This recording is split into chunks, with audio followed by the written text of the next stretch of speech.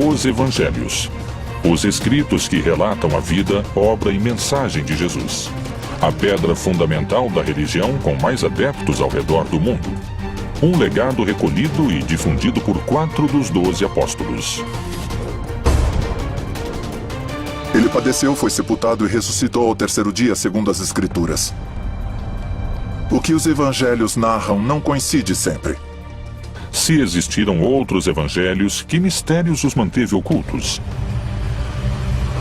Quem os escreveu e por que não formaram parte da Bíblia? A maioria dos textos gnósticos foram queimados ou enterrados. A religião foi imposta de cima para baixo, sobre todos. Por que esses evangelhos permaneceram ocultos? Uma palavra típica dos manuscritos do Mar Morto é hebraica hasis, que significa segredo. Eles poderiam prejudicar ou mudar a história da religião se fossem revelados? Eles foram encontrados no século XX. E se as coisas não são como vocês estão vendo, abre os olhos. Lá estava.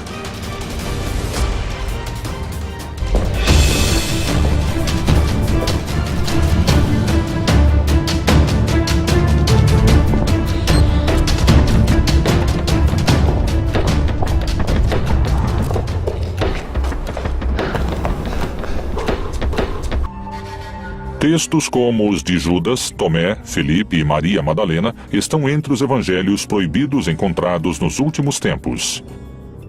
Que mistério continha o evangelho de Maria Madalena, oculto durante quase toda a existência do cristianismo?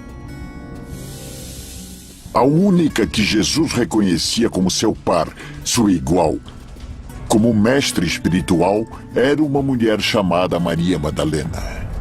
Que princípios básicos do cristianismo o evangelho de Tomé questiona fortemente?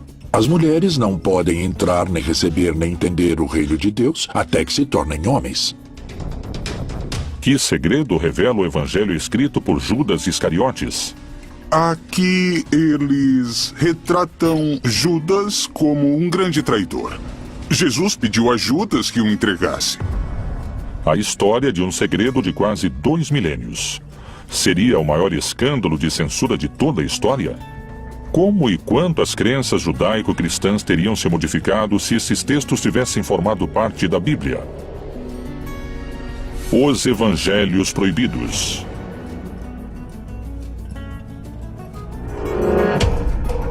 A Bíblia contém 1.189 capítulos, 31.102 versículos, 773.693 palavras e 3.566.480 letras. Não admite nenhuma a mais e nenhuma a menos. Evangelho significa boa notícia, um anúncio que tem um conteúdo positivo. Isso significa evangelho. A palavra cânone em grego significa regra, ou seja, é um texto que reconhecemos como regrado.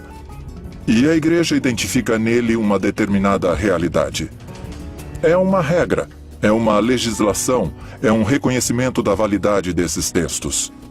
Os 4 evangelhos canônicos são Mateus, Marcos, Lucas e João. A pergunta é, até onde esses materiais têm realmente uma base histórica? Eles realmente têm como origem o Jesus histórico? Quais foram os textos excluídos do livro sagrado? Bom, é o seguinte, nós temos o Evangelho de Felipe, temos o Evangelho de Judas, temos materiais referentes a Maria Madalena. De que época datam esses textos que foram denominados de evangelhos apócrifos? Os evangelhos apócrifos têm em comum o fato de datarem de uma época tardia, ou seja, entre o século II e o século V depois de Cristo, quando nenhum dos apóstolos estava vivo, e tampouco seus primeiros discípulos. A maioria dos evangelhos apócrifos tem procedência gnóstica e refletem uma postura totalmente antijudaica, já que o judaísmo postula um Deus criador de um modo material e o gnosticismo postula um mundo material malvado e um Deus que está interessado somente no mundo espiritual. Algo que é comum a todos os apócrifos é um Jesus que é como um holograma. É uma projeção aparente, mas nunca é realmente humano. O gnosticismo cristão lembra de alguma maneira o descobrimento dos manuscritos. E nesse caso, reflete o que chamamos de uma literatura que se originou no gnosticismo cristão, que nesses anos já era considerado pelos poderosos a corrente central do cristianismo uma heresia. E por isso, nesse caso, os livros que haviam desfrutado de prestígio nesses círculos foram escondidos e não destruídos. E com isso podemos recuperar não somente uma literatura perdida, como uma literatura que tinha, em alguns casos, também raízes judaicas. Por isso que os evangelhos apócrifos, em primeiro lugar, não são evangelhos, porque não se identificam com os evangelhos do século I quanto a dar uma boa notícia de que o Messias havia chegado, morrido e ressuscitado, e sim, de modo geral, são de um caráter docetista, uma palavra que deriva do grego docere, que significa aparência.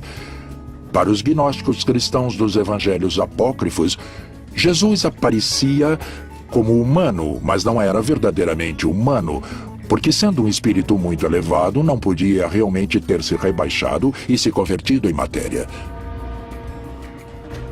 Uma vez que o cristianismo se tornou a religião oficial do império e que os bispos cristãos declararam heréticos certos textos e penalizaram sua posse, iniciou-se o processo de perseguição muito intenso contra todos os evangelistas gnósticos, contra todos os gnósticos valentinianos, e a posse de textos evangélicos foi considerada um delito grave. Os evangelhos teriam sido silenciados por uma luta de poder no seio do cristianismo? Em 1947, pastores beduínos encontraram cerca de 800 fragmentos de manuscritos do Mar Morto que datam de cerca de 2000 anos em cavernas no deserto da Judéia.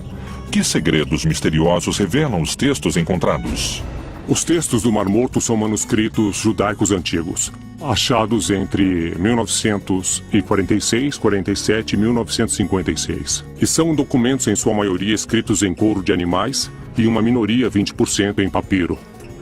A maioria escritos em hebraico e também uma minoria em aramaico e em grego. Nos primeiros séculos do cristianismo desenvolveu-se um silencioso combate.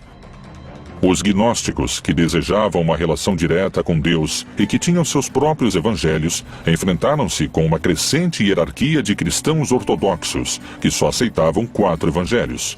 Os gnósticos foram vencidos, mas a descoberta de seus evangelhos poderia lhes devolver a palavra. Uma das versões mais revolucionárias parece ter sido a de Tomás.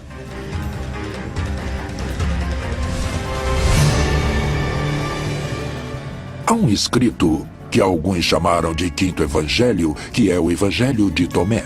Na verdade, nós o conhecemos pela tradução em copta, que foi achada na região do Egito, onde, por certo, muitos dos gnósticos cristãos foram viver.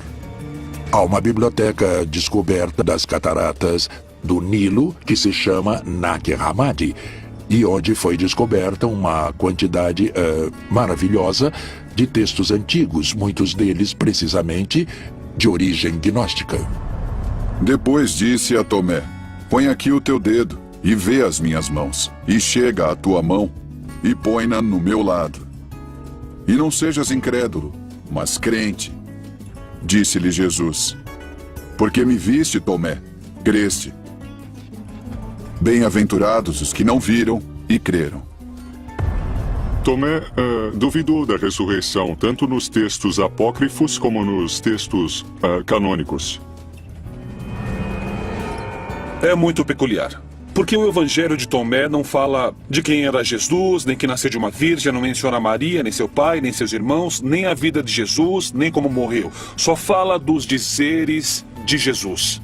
É uma coleção de 117 dizeres de Jesus. Grande parte dos dizeres de Jesus não aparecem em nenhuma outra parte do Novo Testamento. E fala de um Jesus muito místico, muito espiritual, e que o reino dos céus está dentro de cada pessoa.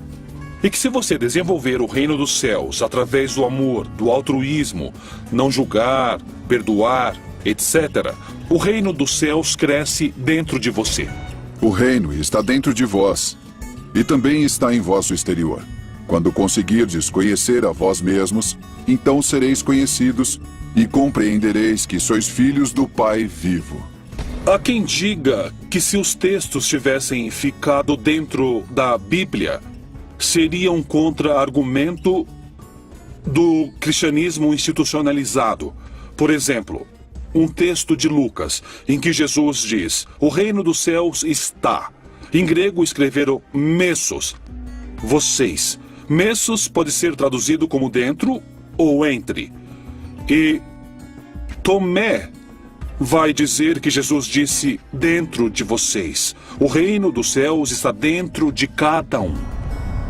Qual seria a mudança fundamental que poderia provocar a tradução segundo o texto de Tomé? Não haveria igreja. A igreja em si significa grupo, significa pessoas convocadas, congregadas. Por que pode ser igualmente traduzido como Tomás traduz? O reino dos céus está dentro de cada um. Para o gnosticismo, a experiência religiosa é uma experiência imediata que não requer mediação do sacerdote ou do bispo. Nós temos mediações para aprender. Temos mediações para nos relacionar com os demais, temos mediações na linguagem, temos mediações no modo de nos comportar com os outros. E prescindir de mediações é uma pretensão que realmente não corresponde à prática e à experiência humana natural. Nesse sentido, uma mediação social e uma mediação institucional são imprescindíveis, não só no âmbito da fé, como praticamente em qualquer âmbito da vida cultural. Isso representava um desafio e também uma ameaça política muito séria para os bispos cristãos, pois o seu papel como mediadores entre o homem e o céu, ou entre o homem e Deus, era colocado sob suspeita. A salvação através do conhecimento interior é um dos princípios gnósticos. Jesus disse: aquele que busca, continue buscando até encontrar. Quando encontrar, ele se perturbará. Ao se perturbar, ficará maravilhado e reinará sobre o todo. Além disso, o Evangelho de Tomé prega outro modo de se relacionar com Deus e com a morte. O que o Evangelho de Tomás nos convida a entender é que nós não somos nossos pensamentos, não somos nossas emoções. Segundo os gnósticos, na medida que aprendemos a tomar distância e a deixar de pensar e de crer que somos nossos pensamentos e nossas emoções, podemos concentrar nossa atenção em quem observa esses pensamentos e emoções. E, paulatinamente, vamos nos identificando com o observador, e não com esse ruído mental e essas emoções. E é aí que reside o segredo da imortalidade para eles. Jesus disse: eu mesmo vou guiá-la para torná-la macho, para que ela também possa tornar-se um espírito vivo semelhante a vós machos. Porque toda mulher que se tornar macho entrará no reino do céu. Tomé queria um mundo não só sem instituições, como também sem mulheres, segundo afirmam alguns especialistas. O Evangelho de Tomé não tem uma mensagem central, porque parece somente um mosaico de dizeres atribuídos a Jesus. No entanto, temos um caso muito curioso. Ele diz que Maria Madalena terá de se converter em homem, porque as mulheres não podem entrar, nem receber, nem entender o reino de Deus, até que se tornem homens. O Evangelho de Tomé não foi o único que permaneceu oculto durante séculos. O manuscrito do apóstolo Felipe também foi recuperado. Nos escritos de Felipe, este contradiz Tomé em relação ao lugar que ocupa a igreja e a mulher. Esses textos poderiam revelar um mistério cuja força mudaria para sempre os conceitos cristãos sobre a sexualidade. Que Jesus tenha se enamorado de uma mulher em sua juventude é muito provável. Muitas mulheres que o seguiam se enamoravam dele, isso é evidente e seguríssimo, não? Outra passagem do Evangelho de Felipe é ainda mais descritiva do papel das mulheres.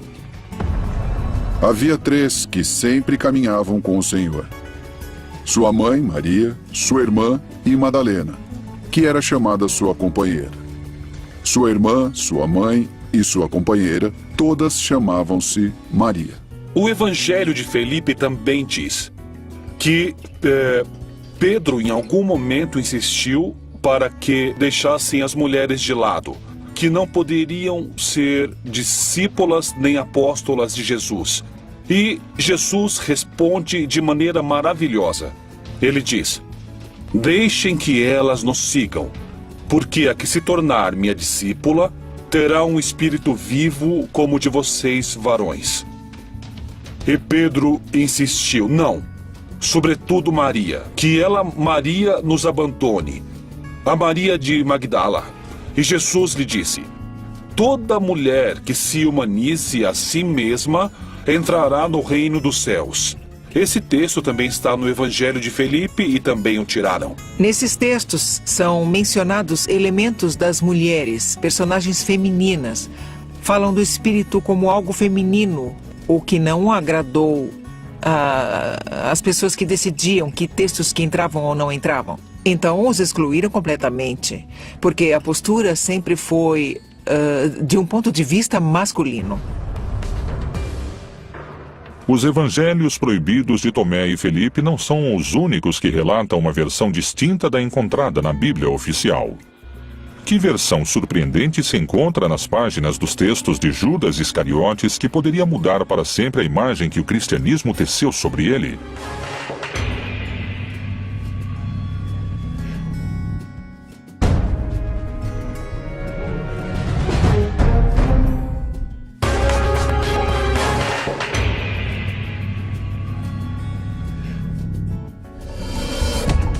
Niceia, ano de 1978.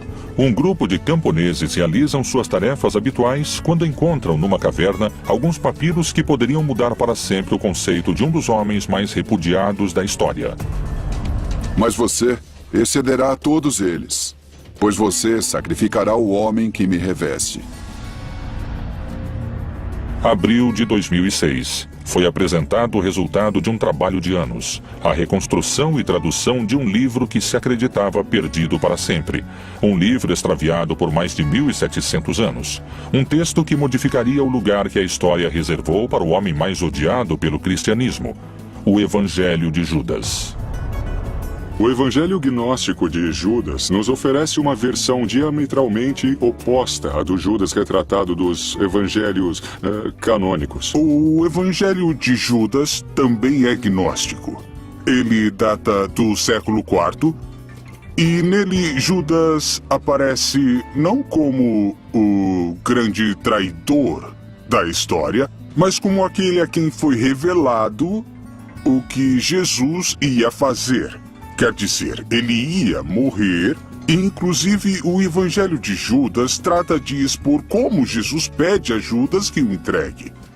Então, mais que uma traição, é um favor para que se cumpra o plano da salvação. Quem foi o apóstolo Judas Iscariotes?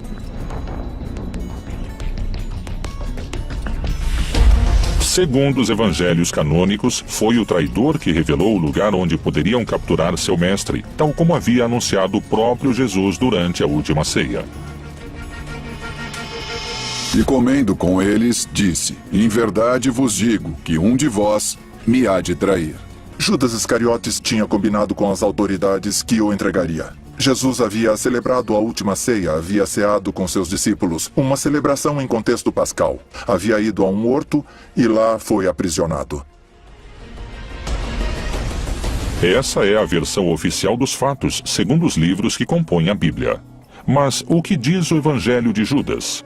Que interpretação oferecem os especialistas sobre esses textos que permaneceram ocultos por 2000 anos? No caso do Evangelho de Judas, este ajudou Jesus a cumprir seu objetivo, que é, no caso do gnosticismo, livrar-se da sua corporalidade.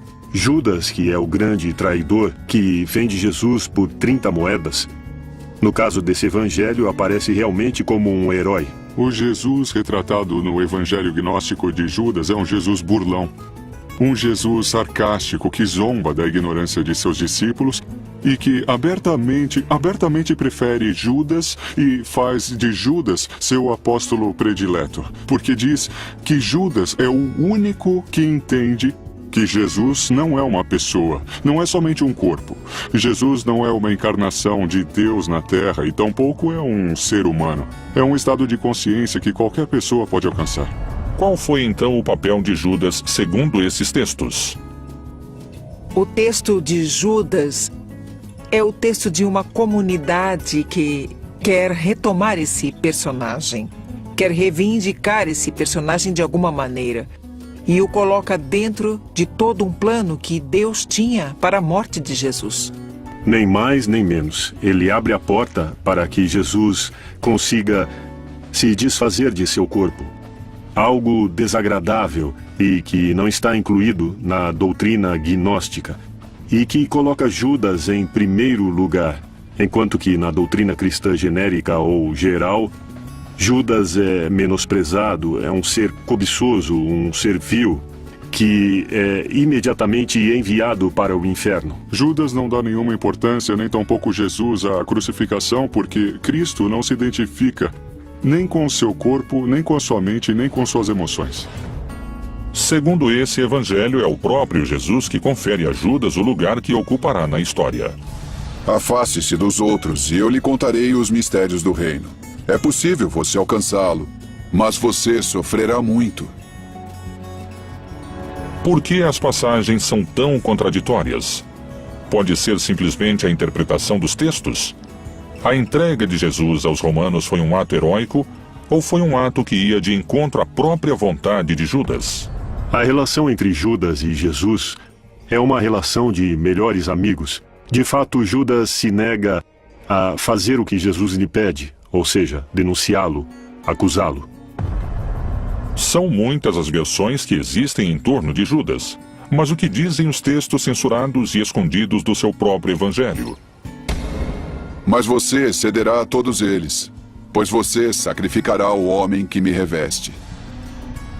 Mas além da revelação do papel heróico de Judas na história, esse evangelho também coloca em primeiro plano a luta entre os gnósticos e a igreja. No Evangelho de Judas, a crucificação também é um símbolo. E, portanto, a cruz é um símbolo místico que representa, por um lado, o princípio ativo masculino, representado no eixo vertical da cruz, e o princípio feminino masculino, representado pelo corte transversal horizontal que forma a cruz. A crucificação representa a possibilidade de se libertar, de se afastar desses dois princípios que fazem parte da natureza de cada pessoa. Então, mais que uma traição, é um favor, para que se cumpra o plano da salvação. O evangelho de Judas o descreve não como um traidor, mas sim como um herói fundamental para cumprir o plano de Deus. Algo semelhante ocorre nos textos de Maria Madalena, que, longe de apresentá-la como uma pecadora, mostra-a como a discípula eleita, que daria continuidade ao projeto de Jesus.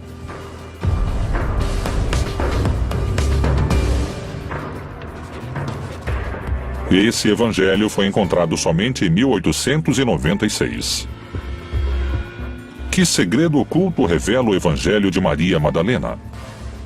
A mulher mais misteriosa da Bíblia deixou escritos seus próprios segredos.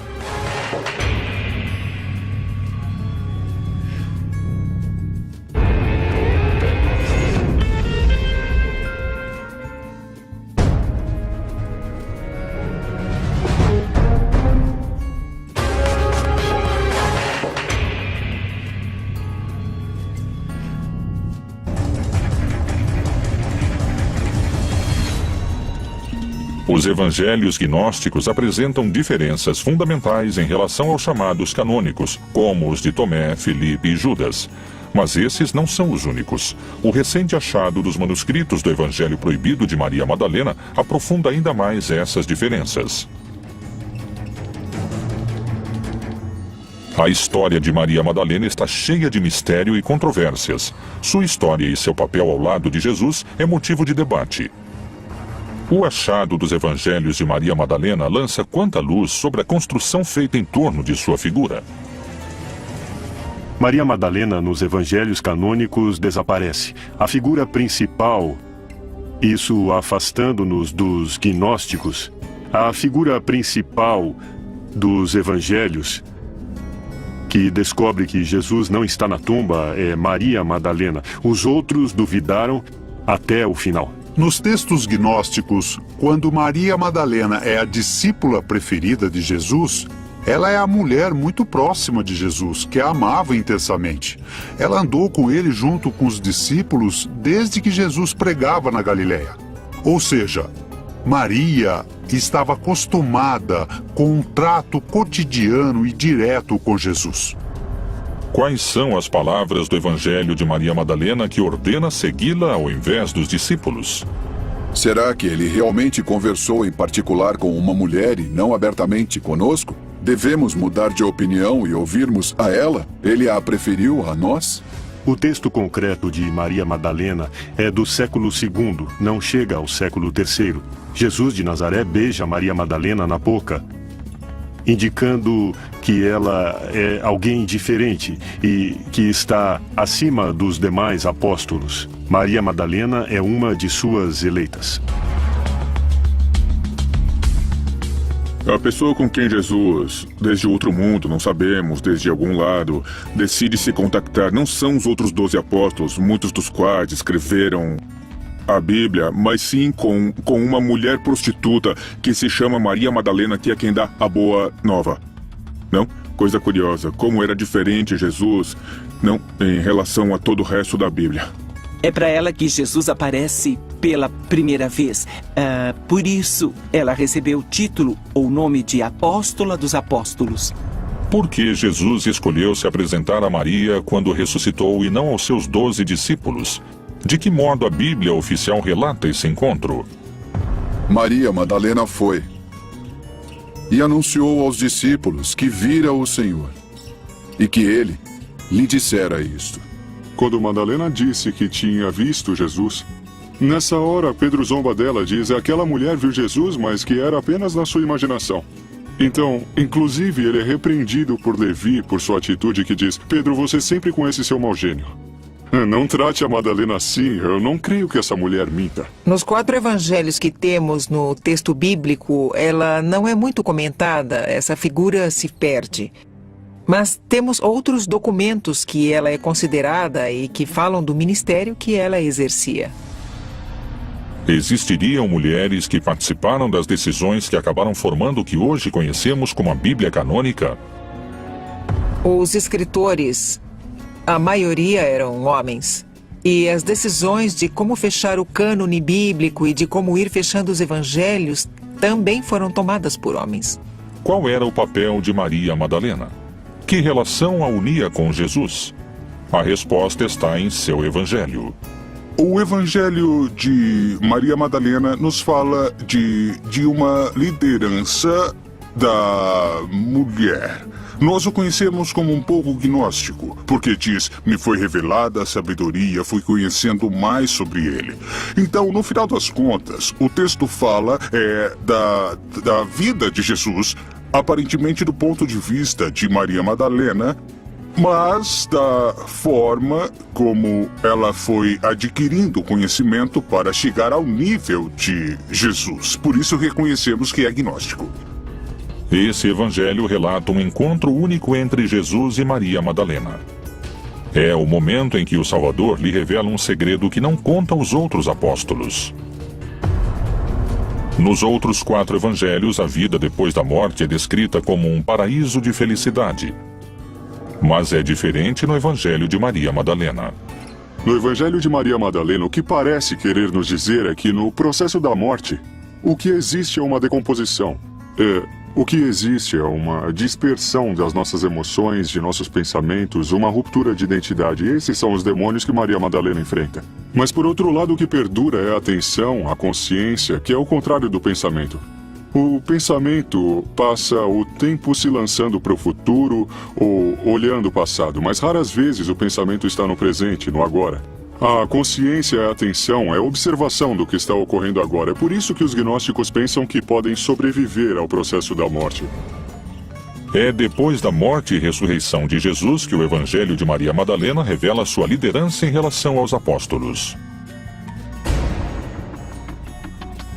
Maria Madalena se levantou, cumprimentou a todos e disse a seus irmãos: Não vos lamentais nem sofrais. Antes, louvemos sua grandeza, pois ele nos preparou e nos fez homens. No evangelho que leva o seu nome, ela aparece como uma figura central. Geralmente se referem a ela, ou ela mesma se refere a si mesma como a alma. E isso permite entender que, na concepção gnóstica, a divindade não só é masculina, mas a divindade também tem uma dimensão feminina. Antigamente, as pessoas se persignavam em nome do Pai Criador, do Filho Redentor e da Mãe da Sabedoria. Havia uma mulher na Trindade. Como o Espírito, em hebraico e em grego, é feminino, o Espírito Santo era uma figura feminina. As primeiras igrejas cristãs se encontravam nas próprias casas dos seguidores. Lá, as mulheres tinham um papel predominante dentro da comunidade e na pregação do Evangelho. Não havia sacerdócio no século I. Não havia homens nem mulheres sacerdotes, mas quem partia o pão era a mulher. A dona da casa onde se reuniam era a mulher, não era um assunto de homens. Foi no concílio de Niceia que expulsaram os gnósticos e excomungaram todos os textos que diziam que a mulher era importante para Jesus, que Maria Madalena era uma apóstola importante. E sobretudo no concílio de Constantinopla, no ano 380, excomungaram quem acreditava que havia uma feminilidade em Deus. Jesus trata de maneira semelhante os homens e as mulheres e os convoca para seu grupo. O grupo de Jesus é uma nova maneira de estar na Terra. As mulheres comem diante dos homens quando nessa cultura não podem. Só diante de seus maridos elas podem se descobrir para comer. Bom, se a Igreja Católica Romana tivesse aceitado mulheres sacerdotes, teria se aproximado mais das pessoas. Jesus caminhou com mulheres e homens. A Igreja não aceita isso. Considera apenas o homem. Não quer ver o que Jesus deixou. Os textos são simbólicos, quer dizer, a única que Jesus reconhecia como seu par, seu igual, como mestre espiritual, era uma mulher chamada Maria Madalena. Cada evangelho proibido tem sua postura. Segundo muitos afirmam, os textos de Maria Madalena encontrados poderiam ter mudado a história do catolicismo, se tivessem sido incluídos nos chamados textos canônicos. Chegou a nós um texto escrito por uma mulher. Não sabemos que mulher e se sabia escrever. Numa análise filológica, é um olhar de mulher. Chama-se o Evangelho de Maria Madalena. Não foi escrito por Maria Madalena, é claro, ela não sabia escrever. Mas há aí uma mulher. Então, obviamente, hoje seria outra visão do assunto se as mulheres tivessem sabido escrever e tivessem transmitido sua mensagem como discípulas de Jesus. Os evangelhos proibidos apresentam um lado oculto de Jesus e Maria Madalena como uma líder dos apóstolos. Os evangelhos de Judas, Maria Madalena, Felipe e Tomé compartilham uma raiz gnóstica. Um caso diferente é o de um evangelho descoberto por arqueólogos franceses em 1886 nos braços de um bispo enterrado muitos séculos antes. Que notícias reveladoras sobre Cristo trazem os manuscritos encontrados de Pedro? Que dizem esses textos ocultos durante tantos anos e que agora vieram à luz? Os Evangelhos de Pedro, os escritos proibidos do primeiro Papa.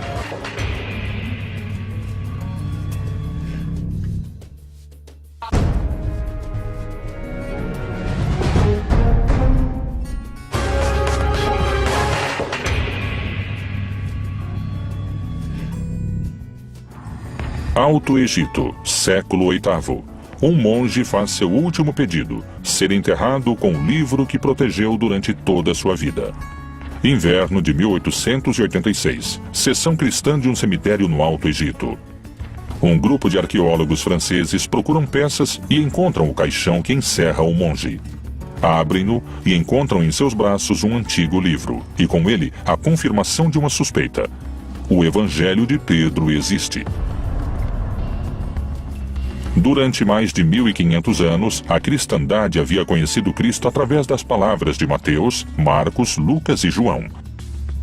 Agora emergia outra verdade. É um evangelho que tem muitas diferenças com o que dizem de Pedro nos 4 evangelhos canônicos e especialmente em relação ao episódio da ressurreição. O que diferencia o Evangelho de Pedro dos evangelhos oficiais? O relato da ressurreição de Jesus está reconstruída, está ampliada, está aumentada, tem mais fantasia, e Pedro tem um papel maior, envolve muito mais os grupos judeus, como que se arrependendo de não haver aceitado Jesus em seu momento. No Evangelho de Pedro, diferentemente do resto dos evangelhos, ele narra e descreve detalhadamente o episódio da ressurreição. Creio em um só Deus, Pai Todo-Poderoso, Criador do céu e da terra, e de tudo que é visível e invisível. E por causa disso foi crucificado nos tempos de Pôncio Pilatos, padeceu e foi sepultado e ressuscitou ao terceiro dia, segundo as Escrituras. Outra das enormes diferenças que existem entre o Evangelho de Pedro e o restante que os evangelhos nos contam sobre Pedro é que, efetivamente, o Evangelho de Pedro diz que o responsável pela execução de Jesus realmente não foi Pilatos, e sim Herodes. Além disso, Pedro relata o momento da ressurreição em que o centurião e seus companheiros de guarda se apressaram a visitar Pilatos à noite, abandonando o sepulcro para lhe contar sobre a ressurreição.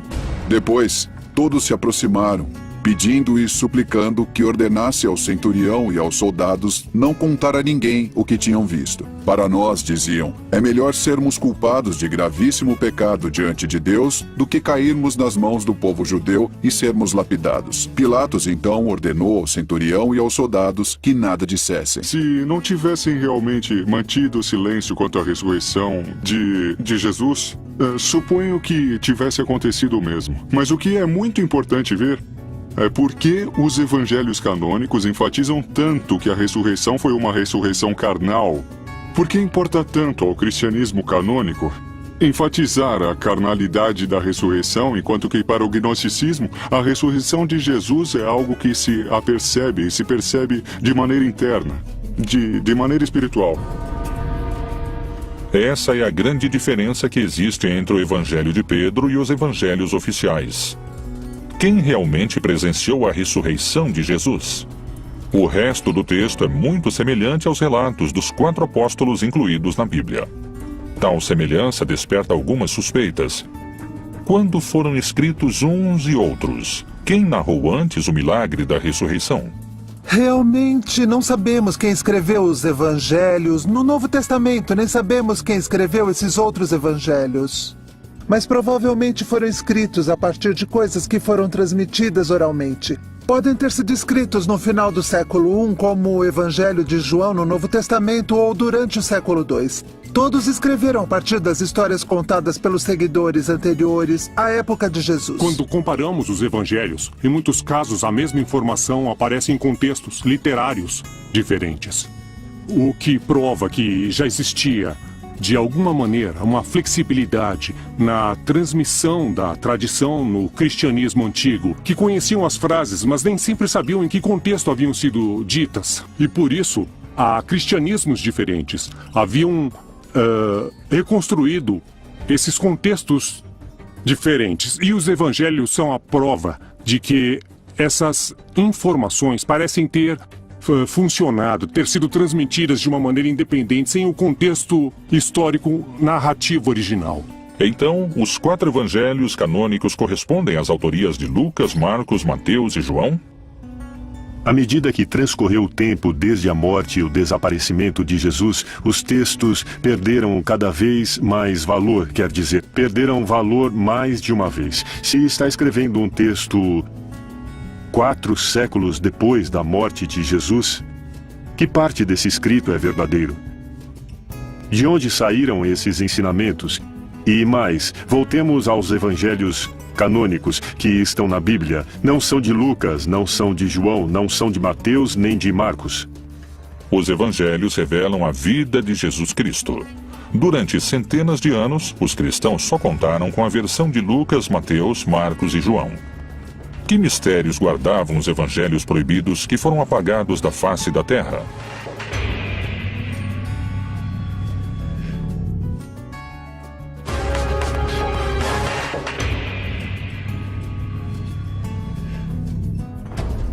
Quais foram os motivos para que alguns evangelhos fossem incluídos na Bíblia e outros fossem silenciados? As hierarquias eclesiásticas teriam sobrevivido se sua mensagem tivesse sido propagada? Quem foram e o que diziam os profetas que foram calados durante séculos? No ano de 312, Constantino, um imperador criado no paganismo romano, um homem que acreditava em muitos deuses, teve uma revelação antes de uma batalha. Constantino teve um sonho em que uma voz lhe disse que se, durante aquela batalha, portasse uma cruz, um crucifixo, seria vencedor. E diz a lenda que foi assim. Na batalha da Ponte Milvia, derrotou Maxêncio, conseguiu unificar um império que estava dividido numa tetrarquia, e depois se fez batizar e se converteu no primeiro imperador romano cristão. Isso foi muito significativo e muito relevante para o processo de consolidação política do cristianismo. A partir do triunfo de Constantino, a religião católica mudaria para sempre com o Concílio de Nicéia. Esse concílio ordenou o imperador Constantino para tornar o cristianismo uma religião imperial. E porque havia vários cristianismos. Havia o cristianismo monofisista, havia o cristianismo que chamaríamos depois de católico, havia os cristãos gnósticos, havia muitos cristianismos. Para unificá-los, Constantino ordenou que os bispos de todos esses cristianismos se reunissem no ano de 325 na cidade de Nicéia, para escolher quais narrações e relatos da vida e da obra de Jesus eram reais e seriam revelados e quais não. Evidentemente, houve um interesse político de Constantino de unir em um mesmo texto, um texto grande, os escritos mais representativos das comunidades cristãs de maior valor em número ou prestígio do Mediterrâneo. Os evangelhos que aparecem na Bíblia apresentam graves erros históricos e geográficos que uma leitura precisa começa a revelar. Foi um imperador romano que adorava o sol, aquele que estabeleceu as regras básicas da Igreja Católica como a conhecemos hoje? Constantino governou a partir do ano 313, ou seja, no século IV. No século IV já estava decidido, já era um fato histórico os livros que os crentes consideravam inspirados e mais, algumas das perseguições imperiais contra os cristãos exigiam que as pessoas entregassem os livros sagrados, caso contrário, eram mortas. Muitos cristãos se dispuseram a morrer na fogueira porque não entregaram os livros sagrados, e isso foi antes de Constantino. Os gnósticos perderam sua primeira batalha, mas essa não seria a última e nem a pior de suas derrotas. Qualquer livro do cristianismo que foi separado dessa lista, considerada sagrada por ordem do imperador Constantino, ficou de fora, se tornou apócrifo. Qualquer seguidor desses textos, dessas crenças, a partir desse momento, foi considerado herege, que significa aquele que pensa diferente. Para muitos especialistas, os evangelhos proibidos constituíram um campo de batalha em que se travou a guerra entre os gnósticos e a hierarquia eclesiástica. Uma luta que, segundo narra a história, venceram os sacerdotes da Igreja Católica. Já desde um primeiro momento pareceu haver gerado uma polêmica entre os seus seguidores, e por isso os evangelhos, sejam os canônicos ou sejam os apócrifos, refletem interpretações diferentes da mensagem original histórica de Jesus. O que teria ocorrido se a perspectiva gnóstica tivesse triunfado? Qual seria o papel da mulher se os textos bíblicos tivessem sido reformulados ou os textos gnósticos incorporados? Como seria a Igreja Católica hoje em dia com esses manuscritos como protagonistas? Essas são algumas perguntas que emergem da Bíblia Proibida.